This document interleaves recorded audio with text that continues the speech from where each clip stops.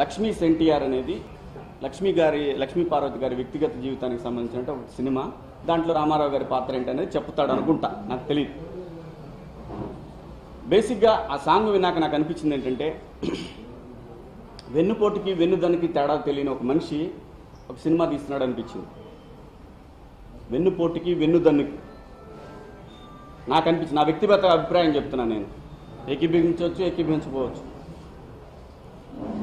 చంద్రబాబు నాయుడు గారు రామారావు గారిని వెన్నుపోటు పొడిచాడని చెప్పి ఆ రోజున మొన్న ఆయన ఒక నేను వైఎస్ఆర్సీపీ పార్టీ అని కూడా ఆయన చెప్పాడు. ఆయన వ్యక్తిగత విషయం, ఆయన ఎవరు ఏ పార్టీలోనే ఉండొచ్చు. ఇక్కడ నాకు రామారావు గారి విషయంలో, నాకు చంద్రబాబు నాయుడు గారి విషయంలో నాకు అనిపించింది ఏంటంటే రాముడు వాలిని బాణం చెట్టుచాటు నుంచి వేసినప్పుడు దాని వెనకాల ఉన్న పరమార్థం వేరే. ఎందుకంటే సుగ్రీవుడి భార్యని చెరపట్టి రాజ్యాన్ని తన అధీనంలోకి తీసుకొని తమ్ముడిని రాజ్యబహిష్కరణ చేశాడు.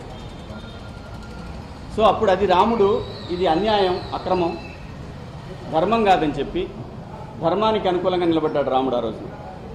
నాకు ఇక్కడ చంద్రబాబు నాయుడు గారిది కూడా నాకు అదే అనిపించింది. ఈ వీడియో మీకు నచ్చినట్టయితే లైక్ చేయండి, షేర్ చేయండి. మరిన్ని ఇంట్రెస్టింగ్ వీడియోస్ చూడడానికి మా ఛానల్ కు తప్పక సబ్స్క్రైబ్ అవ్వండి.